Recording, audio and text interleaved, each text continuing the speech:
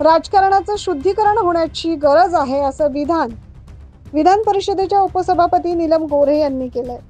शिवसेनेच्या उपनेत्या नीलम गोऱ्हे सध्या नाशिक दौऱ्यावर आहेत। त्यांनी नाशिकच्या काळाराम मंदिरात जाऊन प्रभू श्रीरामांचं दर्शन घेतलं।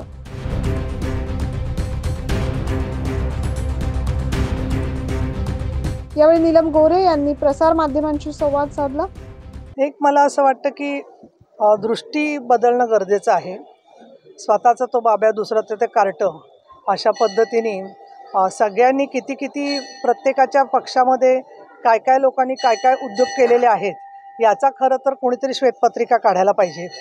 सगळ्यांचे पाय मातीचे आहेत, त्यामुळे राजकीय वैमनस्यातून काही वेळेला असे कायद्याचे प्रश्न जेव्हा तयार होतात तेव्हा मुख्यमंत्री उपमुख्यमंत्री हे सगळं त्याच्यात लक्ष घालून योग्य तो मार्ग काढत असतात।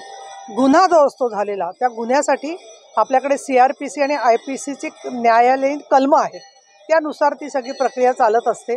आणि त्यामुळे मला असं वाटतं की एकमेकावरती गुंड म्हणून नामानिधान करण्यापेक्षा जे ड्रग माफिया किंवा असे लोक कशाच्या आधारातून वाढले हे जर का पाहिलं तर मला असं वाटतं अजून खूप मोठ्या प्रमाणात राजकारणाचं शुद्धीकरण होण्याची गरज आहे। उल्हासनगर गोळीबार प्रकरण न्यायाधीन आहे।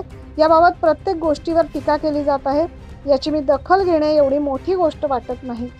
अशा ज्या तक्रारी असतील त्या दोघांपर्यंत अंतर्गत विषय आहे, त्यात इतरांनी बोलण्याचं कारण नाही असं नीलम गोऱ्हे यांनी यावेळी सांगितलं। नाइन न्यूज महाराष्ट्रासाठी प्रतिनिधी इसाक कुरेशी।